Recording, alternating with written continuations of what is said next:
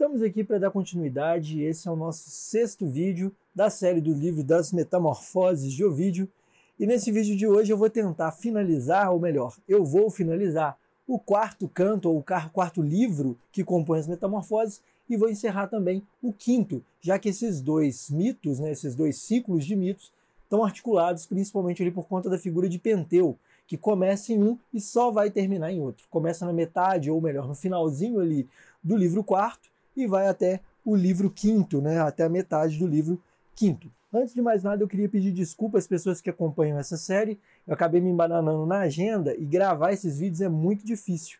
E aí o tempo foi passando e acabou que eu tive que reler tudo que eu já tinha lido para conseguir, inclusive, reentrar nessa narrativa, nesse poema longo e contínuo composto pelo Ovídio, antes de conseguir preparar o texto e gravá-lo finalmente. Mas agora eu estou aqui, e a gente vai para justamente para lidar com essas coisas. Espero conseguir continuar com certa frequência, pelo menos uma vez por mês, sempre às segundas-feiras.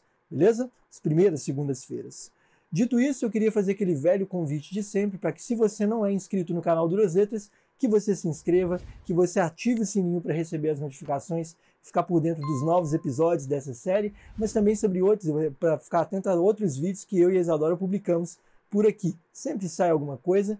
Não se esquece de deixar aquele like se gostar desse vídeo e não esquece também de comentar as coisas que você tem a dizer sobre esse livrão aqui e sobre também outras experiências, outras expectativas com relação à própria literatura. Porque é isso que faz valer a pena ter esse canal, é esse diálogo sobre o mundo literário.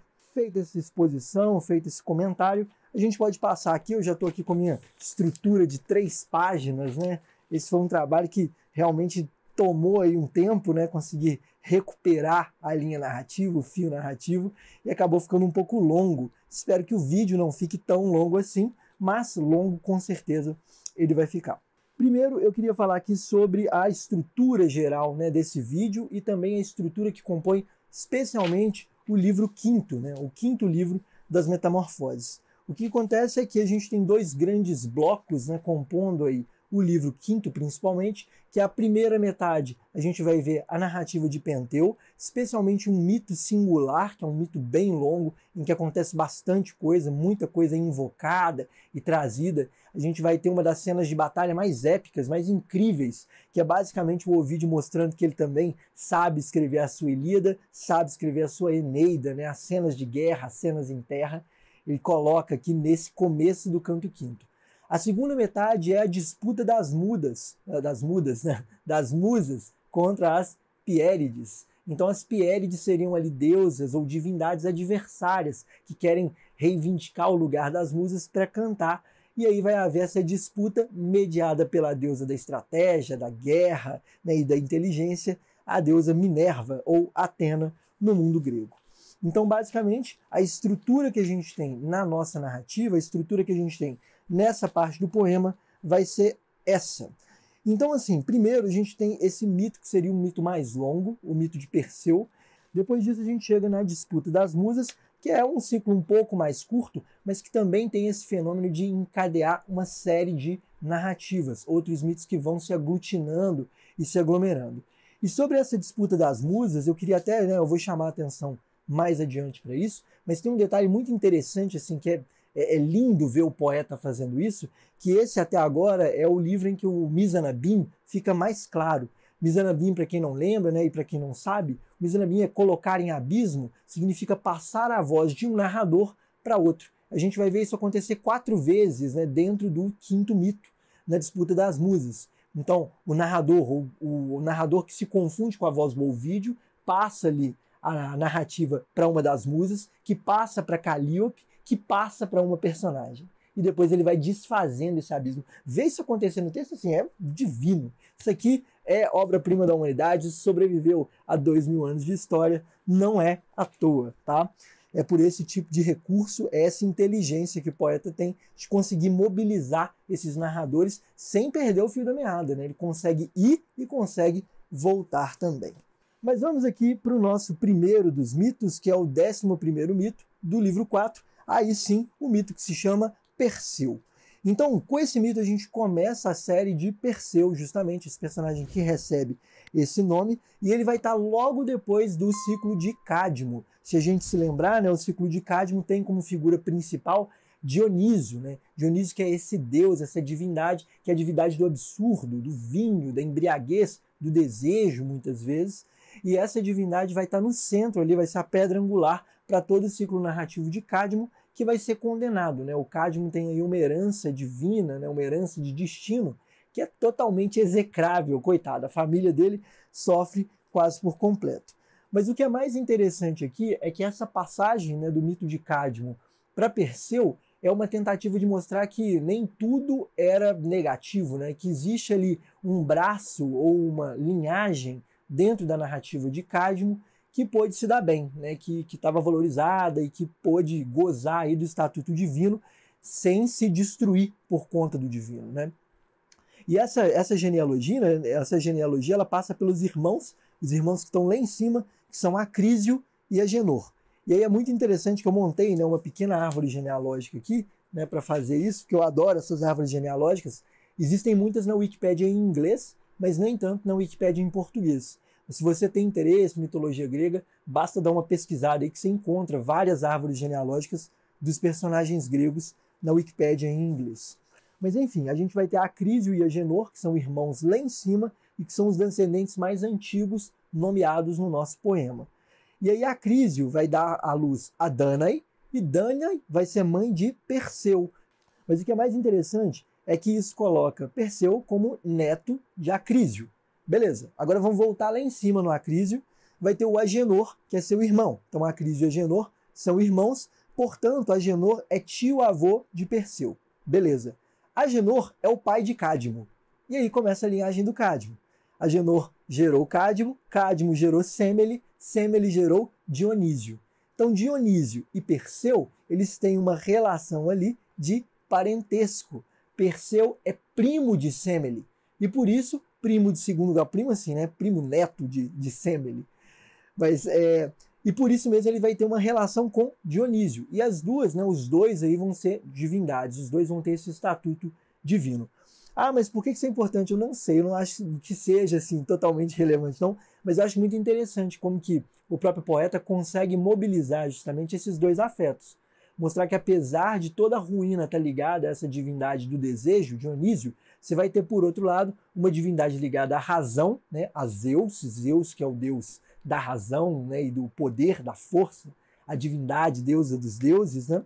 Você vai ter uma linhagem que nasce dele também, né, como a junção da razão e de um homem, e que pode apaziguar os afetos, pode arrebatar, vamos dizer assim, a linhagem de Cádmo, né, no parentesco com o Cádmo. Então, é isso, né? A gente vai ter, nesse primeiro momento, né, depois de feita essa genealogia, a gente vai ter um momento de arrependimento do Acrísio, né? O Acrísio vai se arrepender por recusar o seu neto e o sobrisneto, né, o Dionísio, porque é interessante isso, né, que o poeta coloca, que o Acrísio ele não aceita a divindade nem do Perseu e nem de Dionísio. Eu inventei essa palavra, tá, gente? Ela não existe. Sobrisneto é uma palavra que eu acabei de inventar para falar desse sobrinho neto dele. Com isso, né, isso posto pelo poeta, a gente entra de fato na peregrinação de Perseu. E aí começa o nosso longo mito, né, o mito que vai se encerrar apenas lá no livro quinto. É bem interessante essa cena da peregrinação, porque ela é introduzida, a gente é apresentado ao Perseu pelo seu grande feito. Isso, inclusive, né, é uma cena típica do que acontece em outros poemas épicos, quando um personagem, um herói, é apresentado pelo único grande feito que ele fez. Isso era muito importante, assim, até para a narrativa dos poemas mnemônicos, para que você conseguisse introduzir uma personagem e convidar o seu público a reconhecê-lo. E no caso do Perseu, esse grande feito é derrotar a Górgona. Então ele matou, né, decapitou a Górgona, conseguiu fazer isso e arrancou a sua cabeça e leva a cabeça como um troféu. Lembrando que a cabeça da Górgona ainda é uma cabeça viva, então não é um troféu qualquer, mas é um item mágico. Ela tem a habilidade, ela mantém a habilidade de petrificar quem encará-la nos olhos, quem olhar para as suas serpentes, né, os cabelos de serpentes. E a gente é apresentado a esse personagem e logo depois disso a gente entra na série de Encontros Fantásticos. E aqui volta o brilhantismo do Ovídio, né? Porque nesse momento de encontros fantásticos, o que está sendo imitado na velha imitatio latina, né, é justamente a Odisseia. Então eu introduzo o meu herói clássico, apesar desse ser um poema sem um herói único, né, tem vários heróis, mas eu introduzo um herói que agora o leitor vai conhecer e ele vai iniciar uma série de aventuras pelo mar. Ele vai peregrinar em vários lugares, por diversos lugares mágicos, né, lugares encantados de uma maneira errante, exatamente como o Odisseu faz na Odisseia de Homero. E o primeiro desses encontros, né, desses encontros fantásticos, que é um grande bloco, se a gente quiser colocar, não, é um bloco enorme dentro dessa série, vai ser com o Atlas, né? O Atlas, que quem não lembra é o titã que carrega o mundo nos seus ombros. E tudo que o Atlas quer, basicamente, é outra pessoa para carregar esse mundo por ele, né? Mas não vai ser o caso de Perseu. Perseu, na verdade, vai ser o responsável por matar, né, o Atlas, ou por petrificá-lo e sustentar o mundo pela eternidade. Então a gente vê a chegada de Perseu bem no comecinho assim, desse mito de Atlas. Ele é chamado, nessa seção do texto é chamada de Atlas. A gente vê a chegada dele e a gente vê uma fala de Perseu reivindicando a hospitalidade. E aqui é muito interessante porque eu falei, né, dessa aproximação com a Odisseia. E na Odisseia, não importa onde o Odisseu chega, uma das primeiras coisas que ele pergunta é se lá eles comem pão e bebem vinho. Por quê? Para saber se é uma terra de monstros ou de homens. E caso seja uma terra de homens, ele pode reivindicar a hospitalidade, né? Essa lei da hospitalidade, que é uma lei grega inviolável. Você não pode destratar ou, né, agredir um hóspede. Você vai sujar a sua terra. Quem leu a Eneida sabe disso, né? Tem um momento que o Enéas chega em determinada terra e é uma terra em que o rito da hospitalidade não foi cumprido. E por isso a terra fica amaldiçoada para sempre. Eu vou pegar aqui a primeira cena que eu gostaria de ler, que está lá na página 259, sempre na edição da 34, né, pessoal? Esqueci de falar dessa vez, mas sempre a edição da editora 34. E essa vai estar nos versos 639, é isso mesmo. No verso 639, lá do livro 4, Lembrando. A fala de Perseu é a seguinte: estrangeiro, se a glória de uma linhagem ilustre te diz qualquer coisa, eu tenho Júpiter por autor da minha, sou filho de Júpiter, né, basicamente. E se és admirador dos grandes feitos, haverás de admirar os meus. Peço-te sossego e hospitalidade. Beleza? Isso é ótimo, né? Peço-te sossego e hospitalidade. Ele reivindica imediatamente para esse sujeito desconhecido a lei da hospitalidade. Se o Atlas fosse esperto, ele atenderia, porque se ele não atende, os deuses o castigam. E é muito interessante nesse caso que a gente vai ser apresentado, né, pelo mito de Atlas, né, o medo que ele tem de um descendente de Zeus. Que um descendente de Zeus possa aparecer, porque existe uma profecia colocada, né, um prodígio colocado sobre Atlas, de que algum filho de Zeus o derrotaria e acabaria com a vida dele. E aí o que ele faz, né? Tipo assim, escutei aqui que ele é filho de Zeus. Ele vai tentar fugir do seu destino. E como Harry Potter ensinou, né? Mas como Homero também já mostrou diversas vezes, tentar fugir do seu destino é uma forma de consagrá-lo, né? Quando você foge, quando sai da cidade dos pais adotivos, é que ele encontra o pai biológico e o assassina, né? Quando ele mata Laio.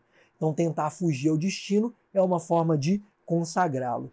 E aí o que acontece é uma desmedida, né, uma amártia, uma falha trágica, na verdade, não é uma desmedida, é uma falha trágica, uma amártia, amartia do grego, né, com o caso de Atlas. Então ele vai tragicamente falhar, ele vai errar ao não cumprir com a hospitalidade e ao tentar escapar do seu próprio destino, né? E com isso ele consagra o destino e Perseu levanta a cabeça da górgona quando é expulso por ele e o petrifica para sempre. E assim se encerra o mito dele, né? Ele desaparece aí na narrativa, vai ficar para sempre sustentando o mundo nos ombros. Mas imediatamente depois do encontro com Atlas, a gente tem uma continuação direta da peregrinação de Perseu, em que ele vai chegar até Andrômeda, né? O mito seguinte é o mito de Andrômeda, que é o mito 12, né? O 12º mito do 4º livro que a gente tem. Nesse lugar, a primeira coisa que vai colocar, que vai aparecer para a gente é o monstro da Etiópia. Então, né, o monstro da Etiópia é essa cobra, uma espécie de dragão, lagarto, a gente está vindo numa série de répteis, né? A gente viu aí na narrativa do Cadmo, na linhagem do Cadmo, o quanto que a figura da serpente e do dragão, né, se a gente for fazer uma adaptação dessas criaturas, né, reptilianas gigantes, né, gigantescas, venenosas muitas vezes, o quanto que essas figuras estão presentes como mau agouro e simbolizando ali uma espécie de limite ou interdição. Então são criaturas que guardam alguma coisa, ou então são criaturas que foram transformadas, que passam, pessoas que passam por metamorfose ou que vêm de uma metamorfose. E aí nesse lugar a gente vai ter esse mito, né, esse pequeno mito ali do monstro da Etiópia. O Perseu vai chegar aos campos de Cefeu, que é o lugar onde está Andrômeda, né, onde vive Andrômeda, e ali a gente vai ter um rápido mito, uma introdução muito pequena do mito de Cassiopeia. Cassiopeia que é mais bela do que as Nereidas. E por reivindicar e por de alguma forma gozar desse estatuto de mais bela do que as Nereidas, né, as filhas do mar e tal, o que acontece é que essa terra vai ser amaldiçoada, ela vai ser assolada por uma serpente. Lembrando que a serpente ela tem uma relação de muita proximidade com o mar, né, com a questão marítima. Basta lembrar aquela cena do Laoconte, né, o mito do Laoconte, que as duas serpentes saem do mar e se enroscam em Laoconte e o enfrentam, o matam ali de alguma forma. Isso está lá na Eneida, se não me engano, no segundo livro da Eneida. Mas enfim, isso tudo para dizer que essa serpente vem ali das Nereidas, né, mandada pelas Nereidas para assolar os campos de Cefeu. E aí vai ter o oráculo de Amon. É muito interessante essa cena do oráculo de Amon, porque ela vai lembrar o Enéas, justamente. Eu estou aqui falando várias vezes aqui da Eneida, né? E vai ter um momento de lembrar uma semelhança com a Eneida do Virgílio. Porque o que acontece aqui é que basicamente esse oráculo coloca que um herói estrangeiro viria para libertar essa terra. E como que isso vai aparecer lá na Eneida do Virgílio, que está bem próximo aqui, né, gente, do Ovídio. Os textos estão relativamente próximos e o Ovídio leu, com toda certeza, ele leu a Eneida e faz remissão a ela o tempo todo. Mas o que acontece aqui é que na predição lá pro Latino, que é o senhor das terras ítalas ali, italianas, etc., vai ter que ser feita uma previsão de que chegaria um estrangeiro que deveria se casar com Lavínia. Beleza? Como que isso vai aparecer aqui? Basicamente, a pessoa que chegar a essa terra e conseguir livrá-la vai ter o direito, vai ganhar o direito de se casar com Andrômeda, a filha de Cefeu e de Cassiopeia. E é esse oráculo de Amon que vai aparecer, justamente. E aí vai ter a cena de paixão do Perseu, né? A cena de paixão do Perseu é muito engraçada, porque basicamente ele vê Andrômeda pela primeira vez e se apaixona perdidamente. Né? Isso é muito engraçado, o quanto que isso acontece aqui nas Metamorfoses, e não é privilégio dos deuses, né? Isso também vai acontecer com os mortais, acontece com Perseu, que se apaixona à primeira vista por Andrômeda e já vai cortejando ela, já vai desejando ali ter alguma relação com ela. E aí nesse momento tem uma cena que eu acho extremamente cinematográfica, né? Ela é muito interessante assim, essa cena, porque ele está ali nessa cena de cortejar, com a Andrômeda no chão, assim, parada, e de repente sobe aquele monstro enorme, né? Sobe a serpente marítima, esse monstro da Etiópia, a cobra, o dragão da Etiópia, chega ali para aterrorizá-la. E aí vem um momento de chantagem da parte do próprio Perseu. E essa cena da chantagem eu queria ler, né? Porque ela me incomoda muito, e as cenas que incomodam também são válidas a leitura. Está na página 263, o verso é o verso 695. Longo tempo vos pode restar para as lágrimas. Para trazer ajuda, há só um instante.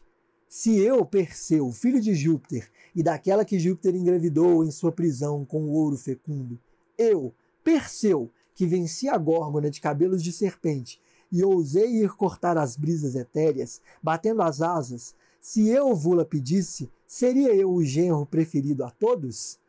A tão altos títulos tentarei somar, mas este serviço. Assim os deuses me ajudem.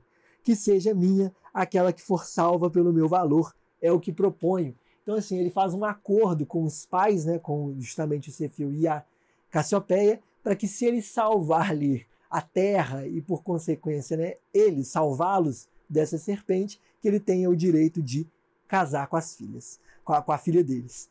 E aí o que acontece é que vem dois símiles seguidos, né, assim como Veloz Nave, Disporão símiles lindíssimos, né? Os símiles marítimos do Ovídio, para mim, são assim maravilhosos. Mas o grande símile para mim até agora está no livro seguinte, no livro 5º, que vai ser um símile que eu vou querer ler para vocês, né? De qualquer forma, ele faz, né, essa sequência de símiles, vão ser 3 símiles em sequência, esses símiles marítimos, e depois disso a gente vê justamente a cena de batalha, em que o Perseu enfrenta e derrota esse monstro. Nessa derrota dos monstros, a gente vai ver uma pequena etiologia de como se formaram os corais. Eu não sei especificamente quais corais, eu até procurei no mapa, né, o mapa da antiguidade, para saber em qual região ficaria esses campos de Cefeu, mas não consegui encontrá-los, né? Encontrá-lo. De qualquer forma, vai ter uma etiologia pequena de um recife, né, dos corais, que está lá no verso 744 e no 752. Né? Entre esses versos tem a etiologia dos corais, que tem justamente a ver com o sangue, com o corpo cadáver da cobra da Etiópia. E aí, beleza, derrotado, né, esse monstro, a gente vai adiante e o Perseu vai se casar com Andrômeda. E essa vai ser a preparação para o livro 5, com o reinado de Perseu. O reinado de Perseu não seria o mais adequado, mas vamos dizer assim, o troféu, a herança de Perseu, uma vez que ele derrota o monstro e consegue finalmente se casar com Andrômeda. Esse vai ser o mote principal para se amarrar, né, o livro 5º, para trazer o livro 5º à baila. Mas antes de entrar nele, a gente vai ter uma cena de banquete, que também é uma cena típica, né, dos épicos. Todo épico tem essas cenas de banquete, em que geralmente um aedo canta alguma coisa. Nesse caso aqui, a gente vai ter uma espécie de colocação, que o Perseu vai ser convidado a contar como que ele conseguiu a cabeça do monstro, né, a cabeça da Górgona. Como é que ele tem esse item, que é um item tão aterrorizante e fantástico? E ele vai simplesmente contar como que ele conseguiu isso, como que ele derrota, né, a Górgona e consegue esse troféu. Então, a gente está falando de Cefeu, é Liceu, né, o nome do rei, o marido de Cassiopeia. Me desculpem aqui o erro, acabei de ver aqui. Mas enfim, ele vai contar a história e nesse momento tem o discurso indireto. É muito interessante, né? Eu estou chamando a atenção para o discurso indireto aqui, porque depois a gente vai ver o discurso direto no livro seguinte várias e várias vezes.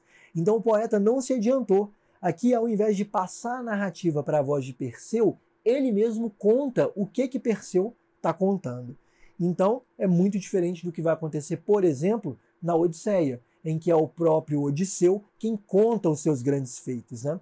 Aqui não, aqui o poeta achou que isso é desnecessário e deixou ele mesmo, pela conta dele, fazer a narrativa dessa história do Perseu versus a Górgona. Então a Górgona vai ser morta de uma maneira até muito pouco épica, e talvez por isso o Ovídio tenha escolhido não narrar na boca do Perseu, porque ele mata a Górgona quando ela estava dormindo, né? A Górgona estava apagada, ele foi lá e tirou a cabeça dela, arrancou a cabeça dela, pegou, embrulhou, levou para casa, e é isso, né? Enfim. Isso encerra para a gente o livro 4º, e a gente pode finalmente entrar no nosso 5º livro, né? Só uma nota final, o poeta vai explicar ainda, né, a origem da Medusa. Né? Nesse momento também é que ele explica por que a Medusa surgiu e como ela apareceu no mundo ali na antiguidade. Agora sim, aí sim a gente passa para o nosso 5º livro e vamos começar com ele agora. O 5º livro começa já, né, tem uma continuidade direta com o mito anterior, então tem uma continuidade direta com o livro 4, mesmo porque a gente continua dentro desse ciclo de Perseu, ele ainda não terminou. E o primeiro dos mitos que a gente vai encontrar é o mito de Perseu e Fineu, é o primeiro do livro 5º.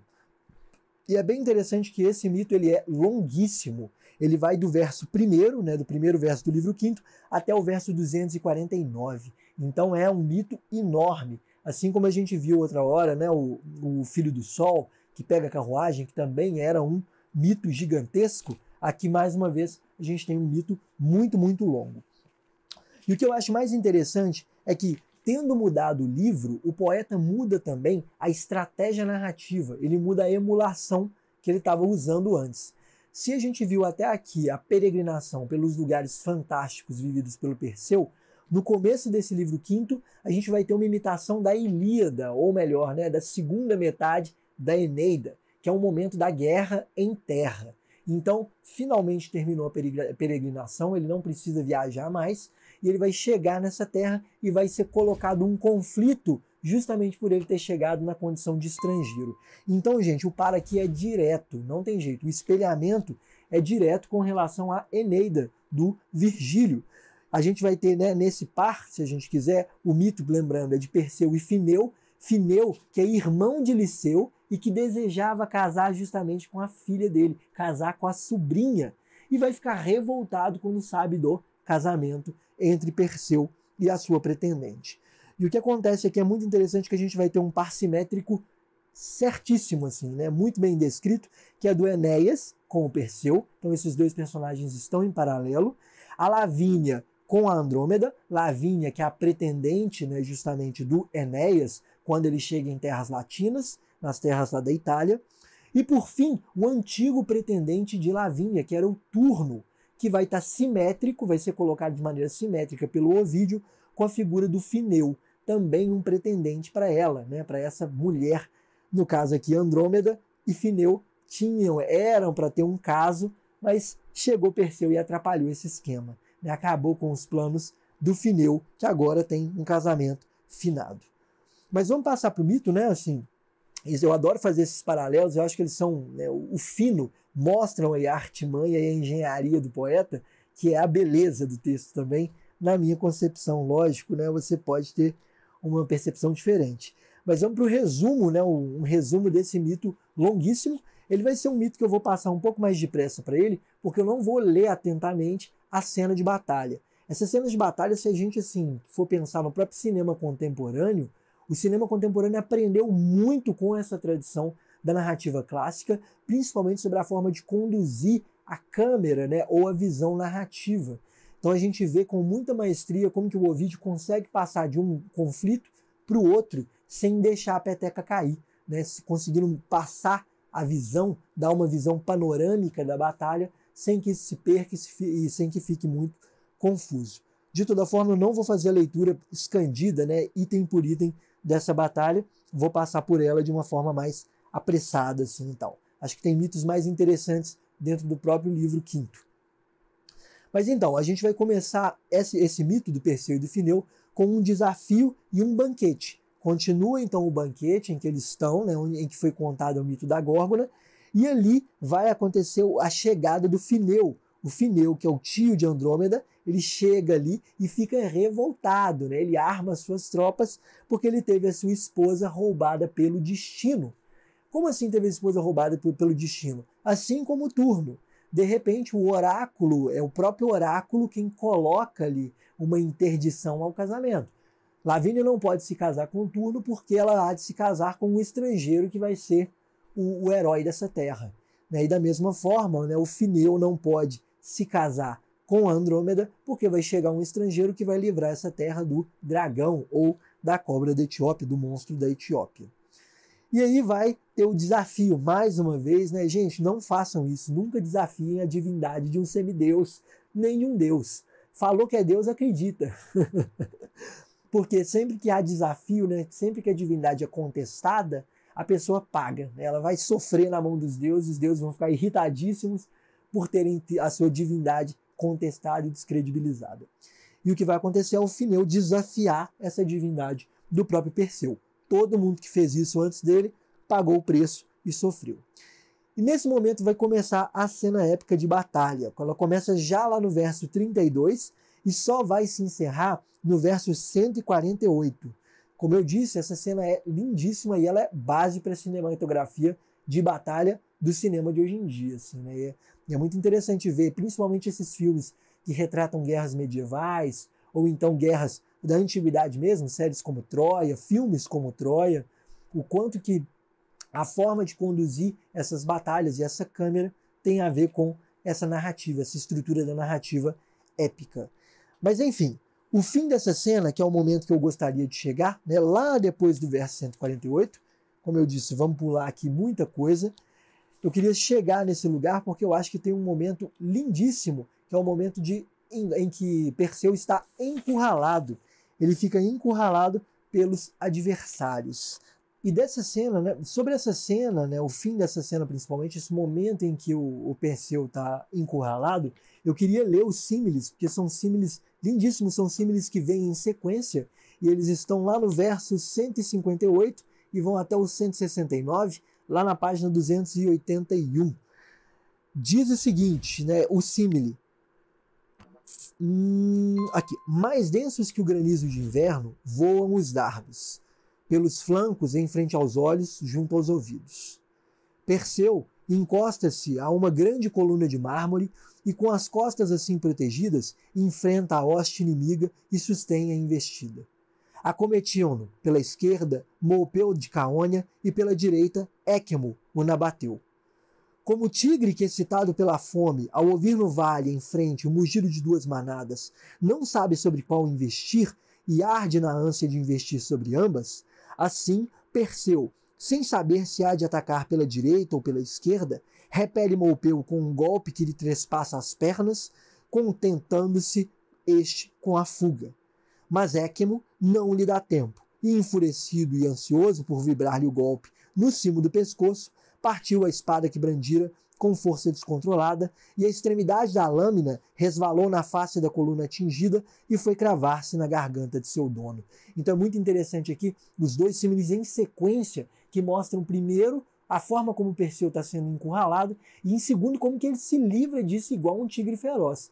A forma, né, que o poeta coloca é, ó, essas pessoas que estão encurralando o Perseu são um gado encurralando um tigre, né? Esse tigre vai conseguir se livrar. E o símile seguinte mostra justamente como que ele golpeou e matou tanto o Moupeu quanto o Équimo, que tem a espada quebrada e a lâmina volta, né, nele mesmo e o mata. Mas aí, gente, vem a cena que eu queria chegar de fato, né, nesse momento final, que é uma cena longa, que é a cena do verso 177, na mesma página, que é com o momento em que o Perseu usa a Górgona na batalha. É muito lindo. Essa cena aqui, para mim, é assim, a cereja do bolo dessa cena de batalha. É onde o Ovídio vira e fala assim, olha, deixa eu me inscrever na tradição de lutas épicas, porque eu também sou um grande escritor de épicos. E ela começa da seguinte forma. Mas, ao pressentir que o seu valor cedia ao número, Perseu, clama Perseu.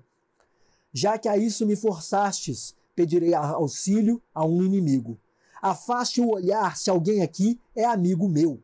E levantou a cabeça da Górgona. É lindo isso aqui, né? O momento que ele faz isso, gente. Assim. Enfim, mas continuando. Procura outro a quem teus prodígios possam impressionar, gritou Técilo.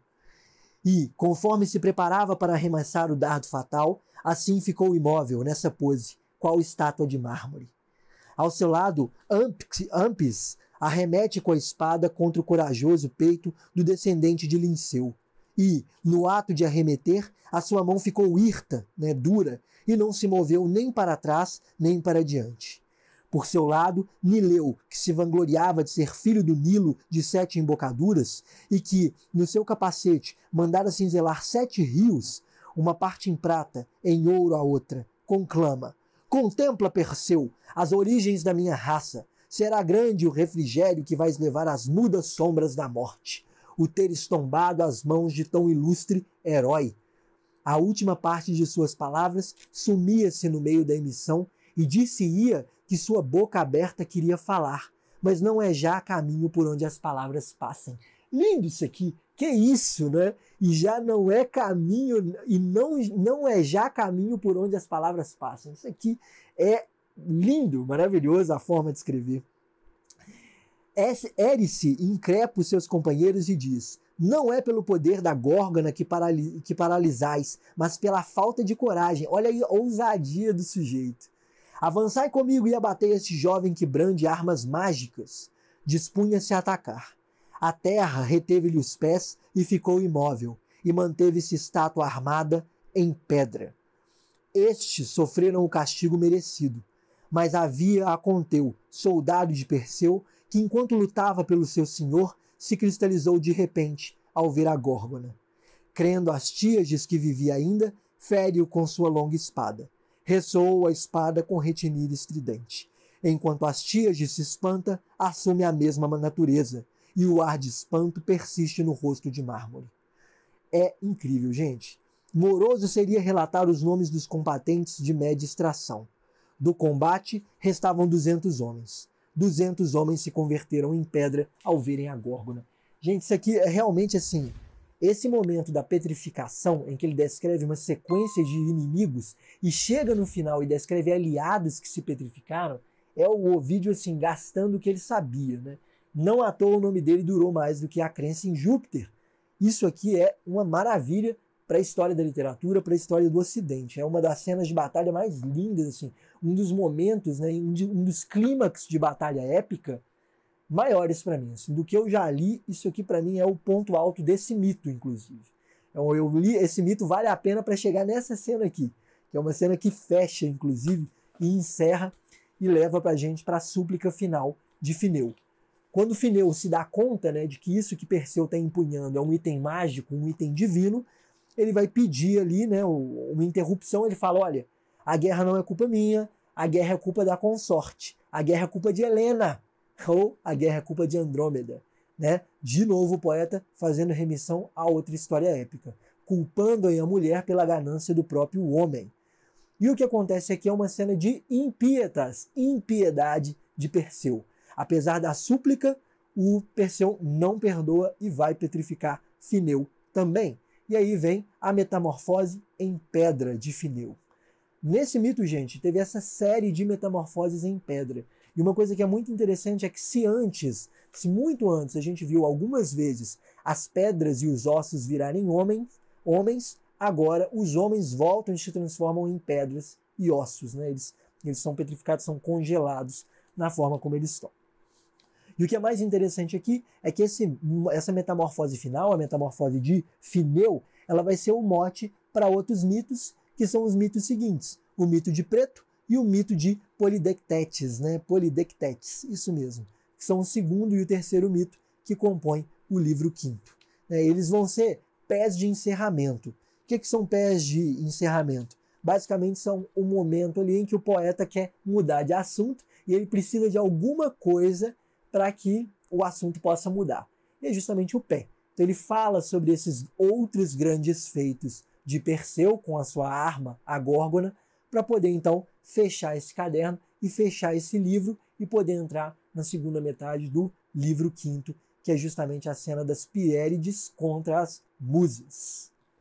E com isso, gente, a chegada justamente, né, desse mito da Minerva, né, Minerva, as Musas e as Piérides, que é o quarto mito desse quinto livro, a gente começa finalmente o segundo ciclo de narrativas, né, que compõe esses dois livros, ou que compõe esse livro especificamente, o livro quinto.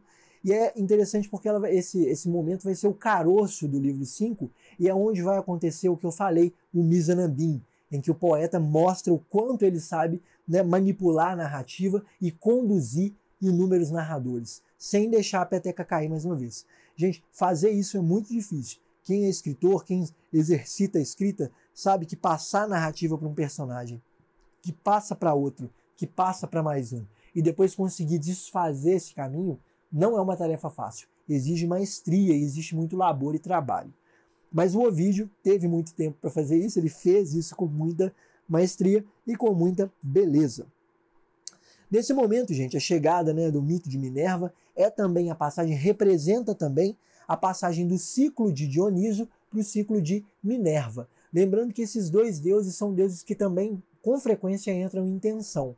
Não em tensão direta, Minerva contra Baco, Dionísio, mas em tensão indireta, né? O desejo, a guerra, a estratégia, a tecelagem do lado de Minerva e do outro a festa, a alegria, o carnaval, a embriaguez do lado de Dionísio. São deuses então que governam, vamos dizer assim, objetos que não se encontram muito bem. O trabalho de um lado e a festa, né? Ou a ressaca, vamos dizer assim, do outro. Então, essa mudança de ciclo ela é muito importante também, porque o Perseu, de alguma forma, ainda está inscrito nesse ciclo próprio a Dionísio. Ele é descendente não, parente de Dionísio, como a gente viu. Ele ainda faz parte daquele ciclo de Cadmo, apesar de mostrar um lado mais positivo.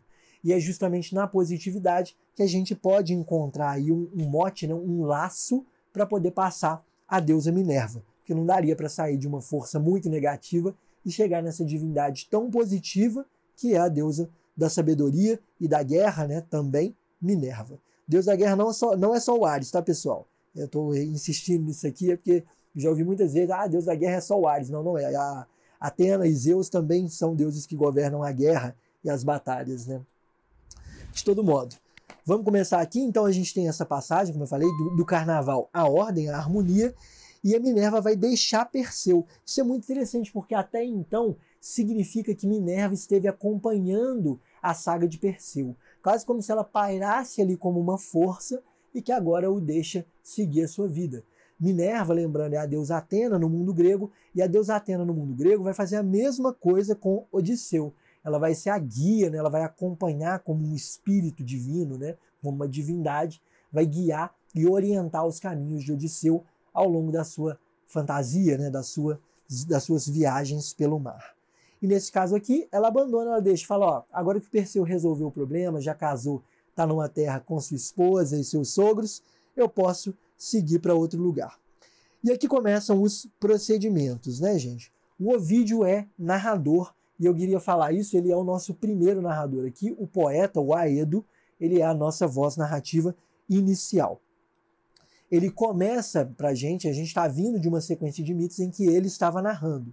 E aqui ele vai dar continuidade a esse esquema em que ele mesmo narra. Ele vai fazer uma apresentação primeiro.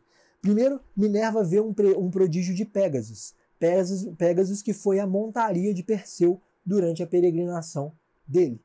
E o que acontece é que quando Pégasus bate o pé no alto de uma colina, ali parece que surgiu um prodígio, uma fonte, algum lugar divino, que vai ser justamente o Helicon, o lugar onde estão as musas. E Atena quer conhecer esse lugar, Minerva quer ir até esse lugar para reconhecer a beleza, né, desse prodígio. E ela vai fazer isso. E quando ela chega lá, ela justamente encontra as musas. E as musas estão passando por um momento ali de aflição, né? Elas estão assim, nós estamos aqui e tal, nós estamos vivendo nossa vida, mas de qualquer forma, a gente já passou por questões problemáticas. E aí vem o nosso primeiro mito, né, o mito dentro do mito aqui, a questão do Pirineu. O Pirineu tinha um desejo pelas musas, e ele lembra, né, inclusive, esse mito aqui, ele lembra um pouco a coisa das sereias, né, que vão aparecer também no livro 5, mas lembra porque ele fica apaixonado por elas e não consegue se controlar, ele fica perseguindo as musas sem cessar. E aí tem um efeito similar, né? Se a gente for pensar, as musas são uma espécie de sereia porque elas também cantam e o seu canto também é um canto divino. E vai ser nesse livro aqui que a gente vai descobrir, inclusive, a origem das sereias e por que elas são tão diferentes, né? Por que elas estão aí num lugar diferente do das musas. Mas enfim, contar essa história é uma das musas quem vai falar isso para Atena, e nesse momento já tem aqui a passagem a um outro narrador, né? A gente tem um segundo narrador aqui, e esse segundo narrador, que é uma das musas, vai introduzir o mito para que apareçam as Piérides. Assim que a musa se cala na contagem do mito, as Piérides, que são umas aves agourentas, umas aves barulhentas, eu pensei em maritaca, né? Que seria o caso do Brasil. Um monte de ave falando ao mesmo tempo, rindo, etc. Deve ser maritaca. Elas fazem esse barulho, e aqui é muito interessante que o poeta coloca que elas já estão metamorfoseadas. Ou seja, a gente está vendo uma cena acontecendo no presente que implica um passado. Né? Implica um passado no sentido de que, se elas já foram metamorfoseadas, a gente ainda não viu isso. E o poeta sabe que a gente não viu. E aqui já começa uma estratégia para poder contar e passar a narrativa no seu primeiro abismo. Então elas estão já metamorfoseadas, isso fica claro lá no verso 285, e vai haver a curiosidade de Minerva. Uma das musas vai assumir a voz mais uma vez e vai relatar o desafio. Ela vai falar assim, essas aves aí, essas 9 aves, são as Piérides. E elas vieram aqui até o Helicon e nos desafiaram no canto. Elas queriam uma disputa e aquela que ganhasse, aquele grupo que ganhasse a disputa, poderia ficar com esse lugar, que é um lugar, lembrando, de prodígio, onde nasceu essa fonte, esse lugar belo, abençoado pela pata de Pégasus. E com isso, a gente entra justamente no mito, né, o relato do mito das Piérides. E aqui eu queria começar, né, com a leitura do verso 321, lá na página 291. E aqui vai ter então o mito das Pierides, né? Vai ser colocado o mito das Pierides ali no verso 321, e ele vai colocar a figura de Tifeu. Tifeu, que é um titã muito temido pelos deuses ali, foi criado por Gaia para derrubar os deuses do Olimpo, né, os deuses olímpicos, mas não conseguiu, fracassou miseravelmente, foi derrubado pelos deuses. Mas olha só, começa dizendo que conta que Tifeu, conta quem? A musa conta que Tifeu, saído das entranhas da terra, assustou os habitantes do céu e que todos fugiram até que, cansados, os recebeu a região do Egito e o Nilo, que se divide em 7 embocaduras. Aqui, pessoal, é muito interessante, assim, o que eu acho lindo é que o poeta se recusa a assumir a voz das Pierides. A musa está relatando aquilo que foi contado pelas próprias Pierides. Isso é muito engraçado, né? O poeta não vai entrar, assim, eu vou ficar me passando de papagaio de jeito nenhum. Eu vou colocar isso na boca de uma própria musa. E o mais interessante aqui é que essas Pierides, elas estão tentando valorizar um titã. Elas estão contando o mito de Tifeu sob um ponto de vista positivo, né? O que seria extremamente problemático, porque você está, de novo, rebaixando o estatuto divino dos deuses. Mas o que é interessante aqui sobre essa narrativa, e eu acho que ela é o motivo do Ovídio ter colocado ela no poema, é a etiologia dos deuses do Egito, né? Porque o que aparece lá, né, assustou os habitantes do céu e que todos fugiram, até que cansados os recebeu a região do Egito e o Nilo. Então os deuses ficaram aterrorizados com Tifeu e fugiram para o Egito, que se divide em 7 embocaduras, né? O Nilo conta ainda que Tifeu, filho da terra, foi até lá e que os deuses se disfarçaram sob aparências falsas. Então os deuses olímpicos, que são as coisas mais incríveis e temerosas ali do mundo, né, do mundo antigo, ficaram com medo desse titã, do Tifeu, e se disfarçaram de outra coisa, né? Júpiter, diz ela, fez-se passar por pastor de rebanhos. Daí que ainda hoje o Líbio Amon seja representado com recurvos cornos. O deus de Delos mudou-se num corvo, em bode o filho de Semele. A irmã de Febo em gata.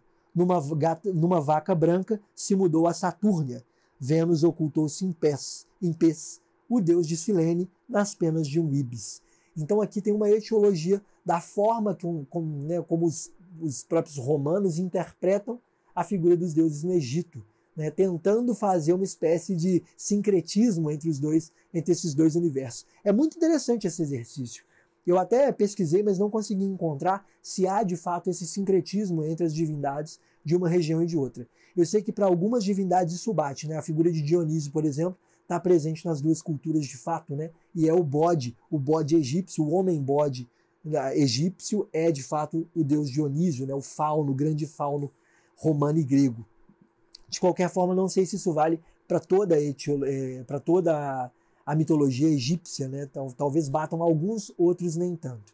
De todo modo, o poeta está aqui tentando justificar isso e, na minha opinião, ele consegue muito bem, pelo menos no campo da ficção, né? Como eu disse, não sei se isso é verdadeiro. Enfim, lida essa etiologia, vamos adiante, vamos seguindo em frente.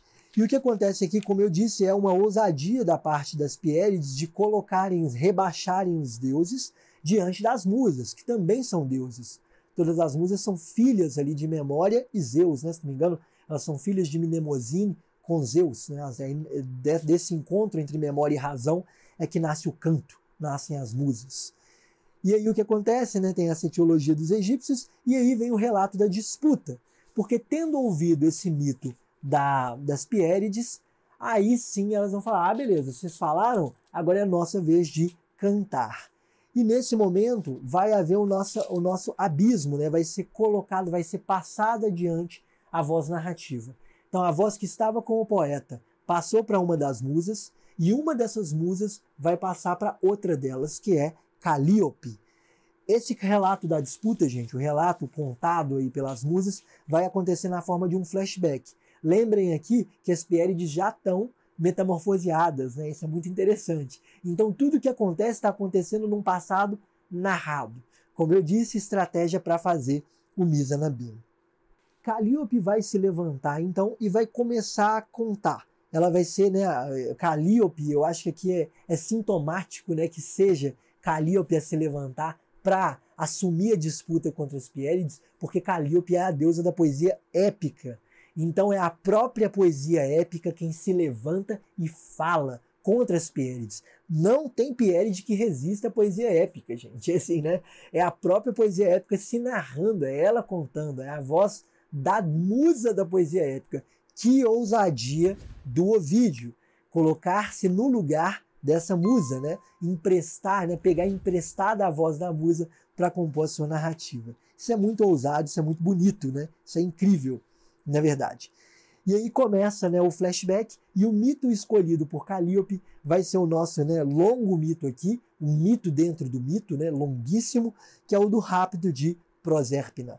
O Rápido de Prosérpina, que é um dos mitos mais famosos, assim, né, mais célebres que a gente tem na Antiguidade Clássica. Todo mundo já ouviu essa história, que ela foi raptada por Hades, né, levada para o mundo dos mortos, passa metade do tempo lá, metade do tempo aqui conosco. Mas vamos então para o Rápido de Prosérpina, que é o sexto mito do livro quinto. E é muito interessante a forma como esse texto começa, que é uma invocação à musa. Isso é incrível, gente. A deusa da poesia épica, quando vai narrar, faz uma invocação, né, e dedica, né, acertadamente esse poema, né, esse texto para uma divindade, que vai ser justamente a divindade tema, que é Ceres, a mãe de Perséfone. Deixa eu colocar aqui, porque eu queria ler essa invocação. Ela está lá no verso 341. Começa no 341 e vai até o 345. Ceres foi a primeira que rasgou a terra com o curvo arado. Foi a primeira que ao mundo deu os cereais e o doce sustento. Foi a primeira que criou as leis. Tudo é dádiva de Ceres. A ela é que eu devo cantar. Canta-me, ó Ceres. Pudesse eu agora entoar um canto digno desta deusa, já que a deusa é digna de meu canto. É incrível, né? É uma invocação de fato. Ceres assume a posição, ela, de uma musa que inspira a própria musa da poesia épica.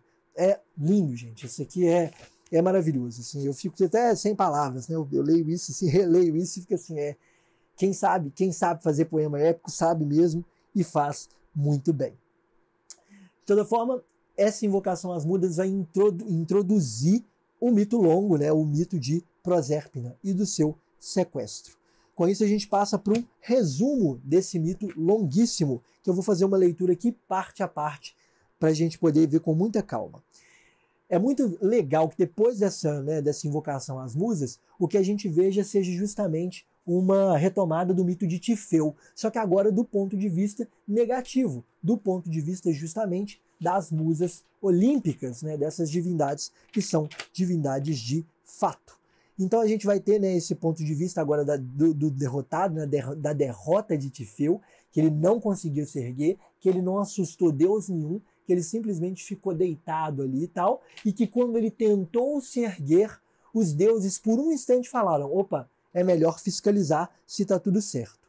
E quem vai fazer essa fiscalização para ver se está tudo certo vai ser o deus Dite ou o deus Hades, que é o deus do mundo dos mortos. Deus Dite, deus Averno, deus Hades, deus Orco, deus Plutão, tem uma série de nomes para esse deus, é uma armadilha. Eu nunca sei qual que é o nome correto no mundo latino. Por isso eu vou adotar o nome grego, o deus Hades. Então Hades vai fiscalizar, e no momento em que ele está olhando ali, olhando se Tifeu de fato vai se erguer, se ele vai se levantar, ele é visto por Vênus e Cupido. Ah, Vênus e Cupido, que devem ser as divindades mais importantes na minha visão até agora, na minha leitura das metamorfoses. Essas são as divindades mais importantes das metamorfoses inteiras, gente. Sim, o amor, para mim, é o fio condutor. O amor e o desejo, né? O desejo erótico, o tesão e o amor são as duas linhas de força que amarram, né, a maior parte dos mitos aqui dessa narrativa. E o que vai acontecer é a fala de Vênus ou de Afrodite, né, para o filho, falando, olha, você já conquistou céu e mar, você consegue fazer com que todos se apaixonem. Espeta o coração do morto também, né? Espeta o coração de Hades também. Vamos conquistar, né? Vamos levar o amor também ao mundo dos mortos. Esse coração frio, esse coração que não bate, deve se apaixonar por aquela dama que ali está. E essa dama era justamente Prosérpina. Depois de apaixonada, é lógico que o Cupido, a flecha do Cupido não falha. A gente viu isso no mito de Cupido e Apolo, né? Cupido e o deus Sol, em que eles disputam ali quem é o melhor frecheiro, e o Apolo, que é o maior de todos, é derrotado pelo amor. Mas o que acontece é que depois de ser acertado, Hades vai raptar, né? Malheureusement, vai raptar a deusa Proserpina. E aí tem uma gradação linda, gente, é uma gradação de paisagem que eu queria mostrar para vocês também. Tem essa gradação que está no verso 386 até o 391, e é uma gradação muito simples, mas na minha opinião muito bonita, né? Mostra mais uma vez uma maestria na própria forma de lidar com o texto, né? Com o trabalho literário aqui especificamente na forma. Perto da muralha de Enna há um lago de águas profundas. Chama-se Pergo. No curso de seu leito não ouve o caístro o canto de um maior número de cisnes. Coroa-lhe as águas um bosque que o circunda em toda a volta, e com sua fronde corta como uma cortina os raios de sol. Os ramos garantem frescura, a úmida terra produz flores variadas. É perpétua a primavera. E aqui termina. É lindo, lindo, assim, quer dizer, o trabalho com o texto aqui é maravilhoso, porque a gente começa ali, com perto da muralha do Enna, há um lago de águas profundas, ou seja, há um lago ali muito fundo, e a gente parte da imagem desse lago, e a imagem vai se expandindo. Olha só, um lago de águas profundas. No curso de seu leito não houve o caístro canto de maior número de cisnes. Então tem cisnes ali ao redor desse lago. Coroa-lhe as águas um bosque. Além dos cisnes, ao redor tem um bosque, que o circunda em toda a volta e com sua fronde corta com uma cortina os raios de sol. E o bosque, a floresta, é iluminada pelos raios de sol. Então é uma imagem que parte de um ponto específico que vai se irradiando e se abrindo e que termina com é perpétua a primavera. Lindo, lindo. E esse verso, né, esse início de verso, é perpétua a primavera, vai se amarrar lá no final, né, um anel solto aqui, que vai se amarrar lá no final com a proposta de Zeus, quando ele divide o ano, né, divide o tempo em duas metades, em primavera e inverno, ou em estações que são quentes e estações que são frias, né? De um lado, inverno e outono, e do outro, primavera e verão. É incrível, gente, assim, de fato, o trabalho com texto, o trabalho literário do Ovídio não é um trabalho de um poeta amador, é o trabalho de um grande escritor da Antiguidade Clássica. Mas depois dessa gradação, a gente vê exatamente a cena em que a Proserpina é arrastada por Hades para o mundo dos mortos, né? Ela é levada até lá, e o lugar por onde ele passa, ele é visto, né? No lugar onde ele passa, ele é visto pela divindade, que é o tema do próximo mito, que é a Cíane, né? Que é o 7º mito dentro do livro 5. Gente, Cíane, apesar de ser um trecho, né? Esses trechos que eu falei eles foram invenção da crítica, não foram invenção do próprio Ovídio.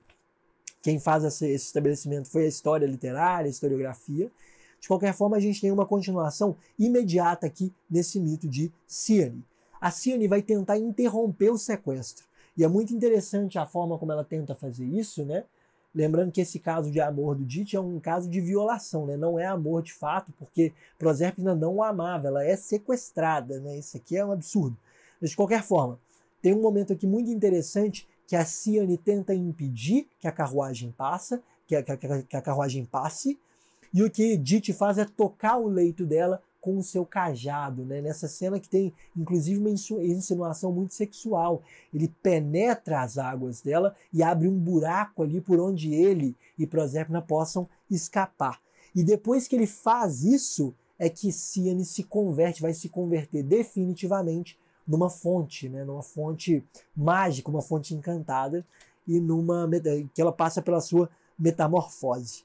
É muito interessante que nessa cena, né, em que ela está derrotada, que a gente vê a metamorfose dela em nascente, tudo se amarra a uma ideia de impureza, né? Uma vez que foi tocada, que foi violada, que foi derrotada por Dite, é que ela vai sofrer e vai chorar tanto que ela se transforma naquela fonte ali. Isso acontece lá nos versos 425 até o 437. E depois que a gente vê a metamorfose de Cíane, ainda nesse mito dela, a gente vai ver o começo da investigação e da procura de Céres pela sua filha. E é muito interessante aqui porque é uma mudança de foco narrativo, né? Mudança de foco narrativo não. Há uma mudança de foco na narração. Mudança de foco narrativo seria uma mudança de narrador. Mas enfim, há uma mudança do foco da narração, em que a gente começa a acompanhar justamente a deusa Ceres, desesperada, rodando atrás da sua filha.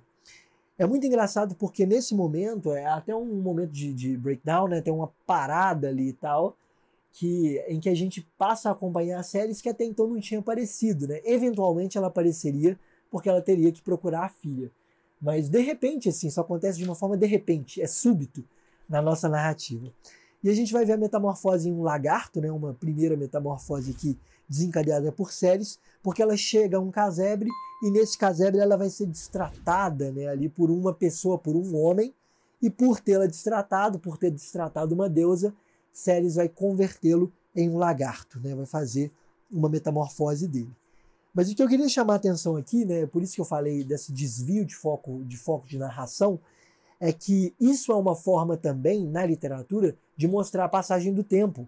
Então a forma como o poeta diz, olha, passou muito tempo desde que o rapto de Proserpina aconteceu, né? E a forma de fazer isso é também alongar o próprio texto, dizer outras coisas. E ao fazer isso, ele de fato consegue atrasar. Então indica essa passagem do tempo ao mostrar a metamorfose em lagarto e essa chegada no casebre, antes que finalmente Ceres possa fazer o laço e chegar até a divindade Ciane, até aquela fonte ali. Ali, gente, tem um momento de encontro da Ceres com um item significativo, que ela acha o cinto da filha, né?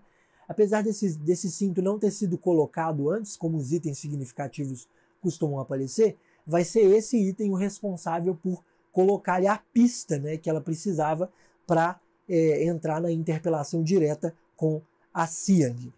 E aí vai acontecer uma delação por parte da Ciane, e essa é a primeira delação, vão haver duas nesse longo mito, né, no livro 5º, tem uma segunda delação ainda, mas essa vai ser a primeira delação, que é a de Ciane para Ceres. Ela vai falar, olha, o que aconteceu foi que sua filha foi sequestrada pelo deus Hades, e agora ela deve estar lá no mundo dos mortos. Isso aconteceu já tem uma data, mas é lá que sua filha está. E, tendo ouvido isso, o que Ceres vai fazer é apelar a Zeus. E esse trecho eu queria ler, esse trecho que está no verso 529. Deixa eu ir até lá, eu não sei qual é a página. 529 está na página 305. E ela vai apelar a Zeus, que foi inclusive, né, é o pai da sua filha, né, é o pai de Proserpina. É isso mesmo? É isso mesmo. Rapto de Proserpina, é isso mesmo. Ele é o pai de Proserpina, Zeus e Ceres são os pais de Proserpina.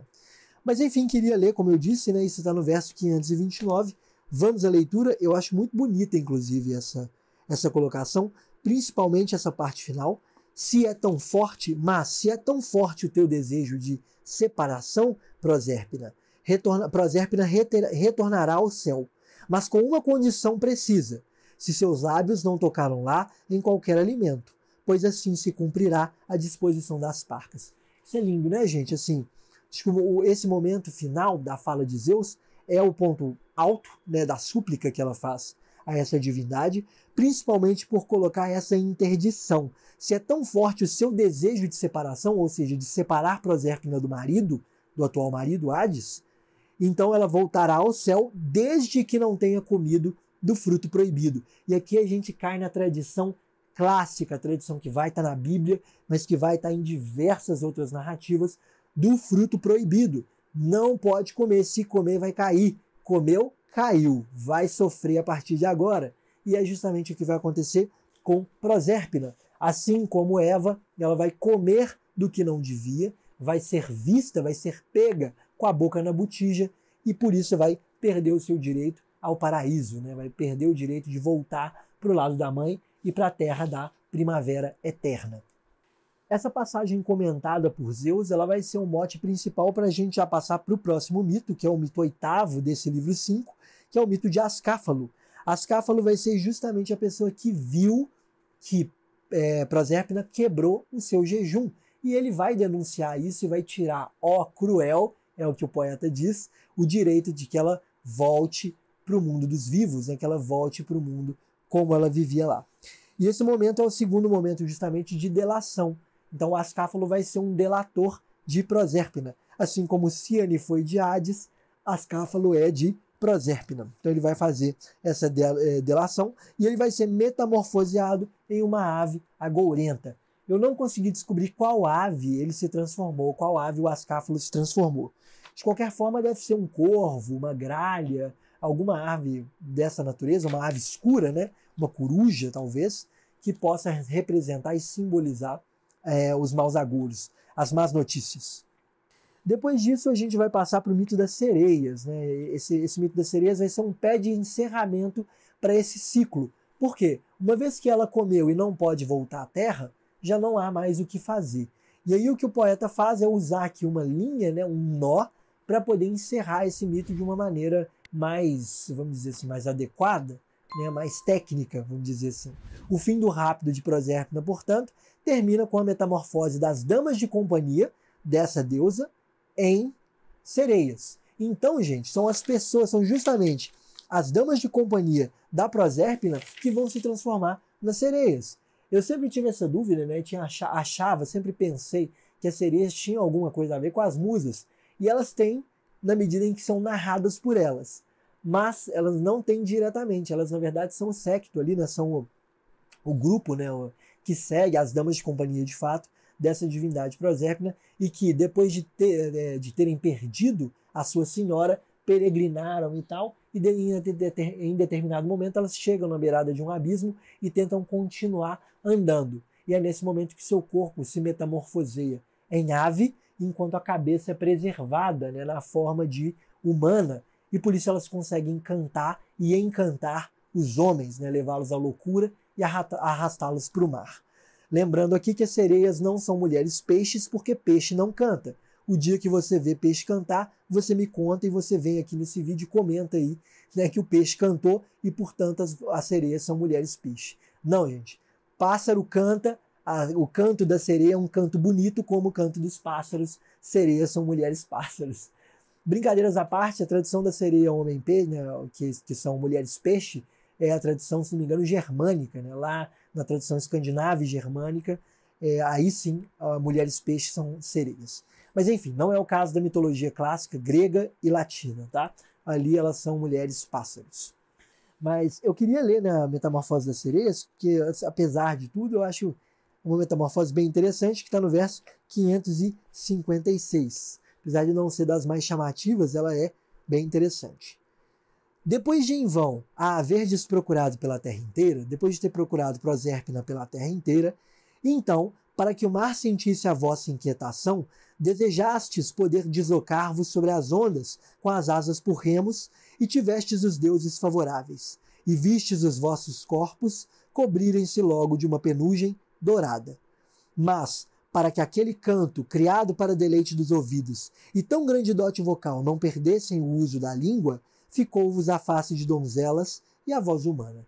E assim nascem as sereias e encerram, basicamente, o mito das sereias. Depois disso a gente vai ter um símile pequenininho, que está lá no pé da página, como o sol que tapado antes por negras nuvens, dela sai vitorioso. Mas esse símile não é dos mais interessantes. O símile mais interessante vem mais adiante.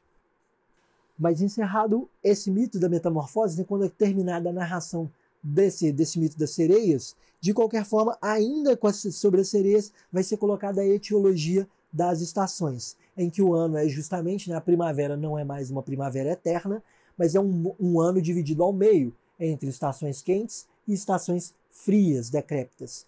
E essa divisão tem a ver com a vinda e a partida de Prosérpina, que deve passar metade do ano no mundo dos mortos com o marido. Isso cria as estações tristes, né, as estações frias, porque Ceres, a divindade que cria a primavera eterna, está triste sem a filha. Mas a outra metade do ano, em que Prosérpina passa o tempo ao lado da mãe, a gente vive as estações quentes e as estações vivas, a primavera e o verão, que ela pode aproveitar a companhia da filha. Eu acho linda essa explicação, gente. Não sei o que vocês pensam, mas essa explicação para as estações da antiguidade é extremamente bem feita, né? Muito bonita, é um mito muito bem construído para justificar e explicar as estações. Depois disso, né, com isso a gente encerra esse ciclo e passa para a ideia de Aretusa, ou seja, o conflito do rapto de Proserpina se resolve. E a gente entra em Aretusa. O que é Aretusa? É muito engraçado que quando eu estava relendo esse texto, é que eu me dei conta de que em dado momento aqui da narrativa, é colocado que a passagem, o lugar onde Ceres, né, vai conversar com Cíane, é entre a Aretusa e a Cíane. Então tem um encontro entre essas duas nascentes, essas duas águas, numa mesma fonte. Elas chegam no mesmo lugar. E aí, né, de forma muito proustiana, eu diria, primeiro se conta sobre Cíane e mais tarde se conta sobre Aretusa. Assim como no caminho de Swan se conta ora de um caminho, o caminho para Guermantes, e ora o outro caminho, que é o caminho de Ille-Moulineaux. Esqueci o nome do outro caminho. Enfim, são duas bifurcações, um caminho que leva para um lado, um caminho que leva para o outro. Aqui no caso da Antiguidade Clássica, a fonte Cíane e a fonte Aretusa.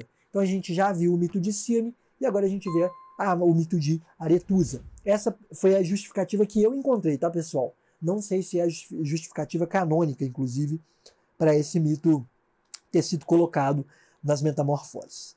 Então a gente vai ter um retorno ao mito de Ceres. Agora a gente volta a ter Ceres como nossa protagonista, né? Ela passa a ser protagonista mais uma vez, e ela vai ter uma interpelação à própria Aretusa. Então conta a Aretusa a sua história, porque Ceres quer sabê-la.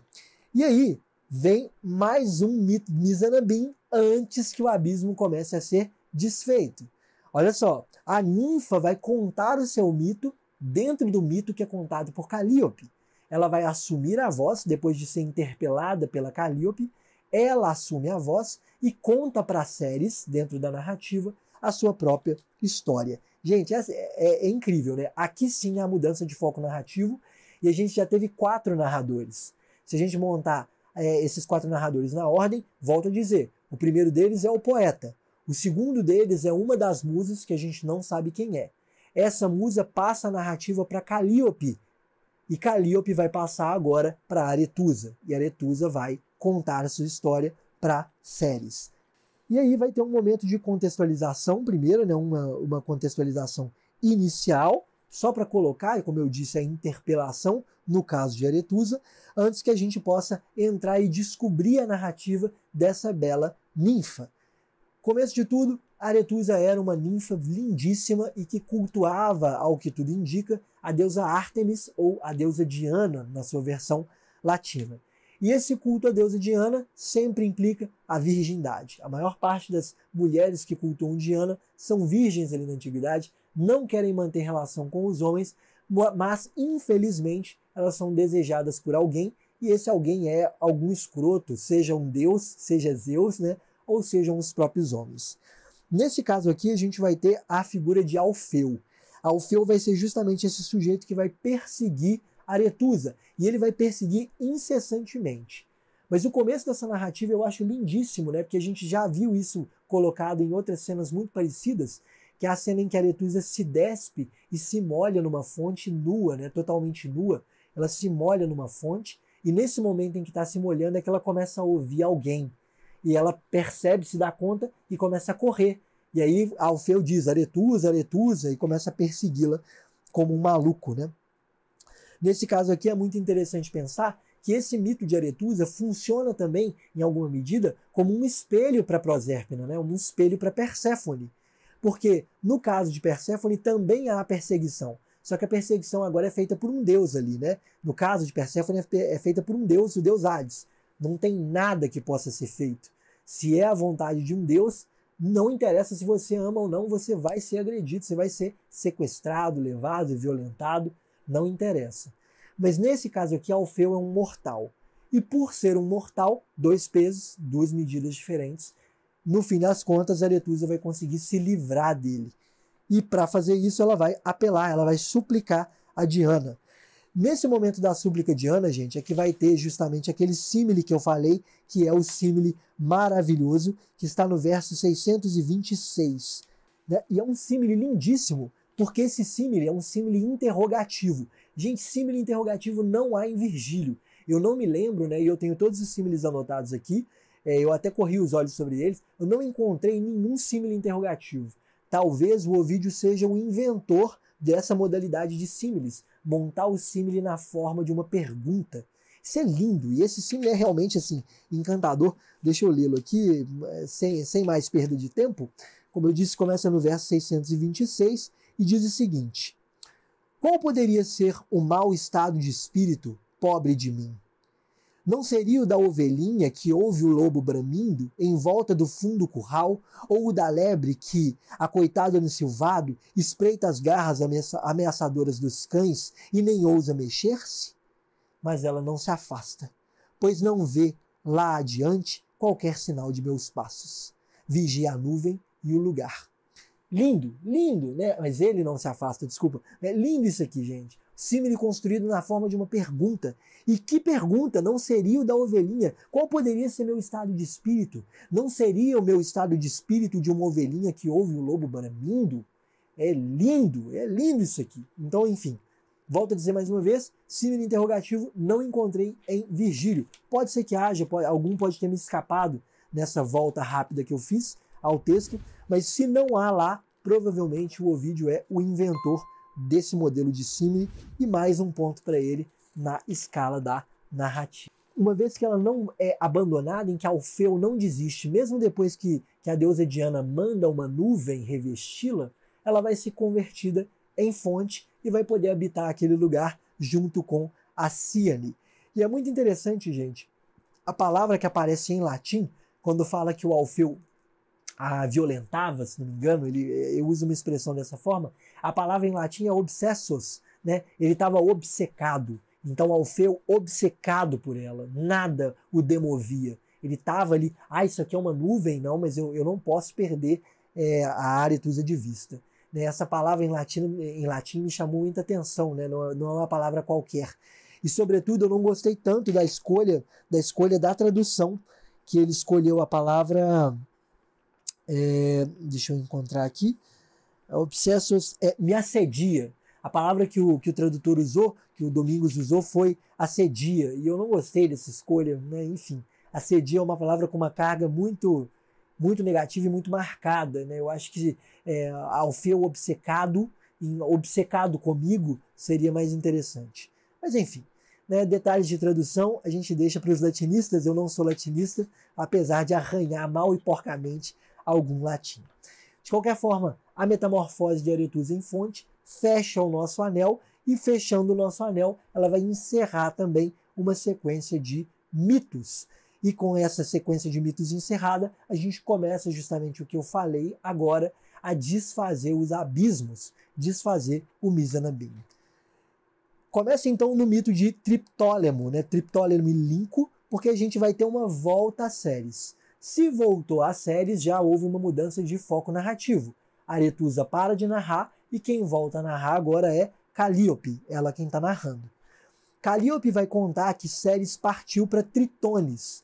Tritones, gente, não é uma escolha gratuita. Tritones é o lago consagrado a Minerva. Olha que coisa interessante. No relato da musa, ela escolhe justamente a deusa Minerva, que é quem está ouvindo o relato, para ser consagrada. E isso é muito interessante, então, que Ceres parte para Tritones, que vai ser a terra, o lago consagrado à deusa Minerva, e lá ela vai dar sementes, né, para esse personagem, que é o personagem de Triptólemo, e mandá-lo semear o mundo. Vai mandá-lo espalhar a primavera pelo mundo, provavelmente porque ela está feliz de poder dividir aí. Isso é interpretação minha, tá? Isso aqui não está na conta do poeta, não. Isso está na conta do leitor. Mas enfim, provavelmente está feliz ali de ter a companhia da filha, de ter conseguido chegar em algum acordo com Zeus e ter a filha pelo menos metade do ano. E o que acontece é que ele sai por uma peregrinação, mais uma vez, e vai semeando o mundo com as plantas. E ele vai chegar ao reinado de Linco. Linco, que é esse sujeito que o inveja. Ele pede a Linco, né, para cumprir com o rito de hospitalidade, e Linco vai fazer o quê? Vai quebrar esse rito, que é um crime crasso. E ao quebrar esse rito, ele vai ser metamorfoseado em lince. Linco se transforma em lince, né? Não é gratuito esse nome. E com isso a gente encerra, né, esse ciclo narrativo que envolve a figura de Ceres e, consequentemente, Calíope também vai se calar e vai encerrar o seu relato. Quando ela encerra o seu relato, a voz narrativa passa de Calíope para a musa anterior, a musa que a gente não sabe quem é, porque não foi nomeada, e isso desfaz mais um dos abismos. Essa musa ela vai voltar a narrar, e essa narrativa final, ou o mito final, que é o destino das Piérides, eu queria lê-lo por completo, só para a gente encerrar esse canto de maneira, né, importante aqui, né, com o texto em mãos, com o texto diante dos nossos olhos. Terminara, diz a musa, seus doutos cantos, a mais augusta de todas nós, Calíope. Calíope é a musa da poesia épica, é a mais augusta, a maior de todas. E as ninfas, em uníssono, proclamaram vencedoras as deusas que moram no Hélicon. Então, as musas venceram segundo as ninfas. As vencidas, que proferiam insultos, diz ela, por que vos não basta haver merecido castigo pelo vosso desafio, e a culpa somais o insulto, e a nossa paciência não é ilimitada, passaremos ao castigo e iremos até onde nos convoca a ira. Então vocês estão nos irritando, paguem por isso. As filhas de Ematia, né, as filhas da Macedônia, riem-se e desdenham das palavras de ameaça. Ao tentarem falar, e no meio de grande algazarra, levantarem para nós as mãos ameaçadoras, veem que asas lhes brotam das unhas, que os braços se lhes cobrem de penas. Cada uma vê que a boca da outra se alonga em duro bico e que novas aves ascendem à floresta. Ao pretenderem ferir-se no peito, levadas pelo movimento dos braços, ficam suspensas no ar, quais pegas, algazarra dos bosques. E ainda hoje se mantém nestes seres alados a antiga facúndia, a ruidosa garrulice e a ânsia incontrolável de falar. Então elas se tornam pegas. São esses pássaros aí que elas se transformaram neles, as maritacas, né? E isso encerra a nossa leitura do livro 5 e, por sorte, a gente não entra ainda no livro 6, senão esse vídeo ficaria ainda mais longo do que ele já está. Com isso eu vou encerrando essa leitura. Eu agradeço demais por você ter assistido, por você ter sobrevivido a esse lance, né, de narrativas, esse lance de mitos. Peço mais uma vez desculpas se você acompanha essa série aqui do canal pelo meu atraso. Vou tentar não me atrasar mais, vou tentar voltar religiosamente a publicar esses vídeos uma vez por mês, agora que a agenda está um pouco mais liberada, né? Não sei se vai ser possível, mas vou tentar o máximo possível. Peço mais uma vez a você que ainda não é inscrito no canal do Duras Letras, que se inscreva, que ative o sininho para receber as notificações e que se você gostou desse vídeo, deixe seu like e não deixe de comentar, porque são os comentários que fazem valer a pena. São os comentários de vocês que fazem, inclusive, né, que me levam a continuar lendo e relendo as metamorfoses de Ovídio. Eu sou o Gabriel, eu agradeço demais por você ter assistido esse episódio e eu te vejo no próximo.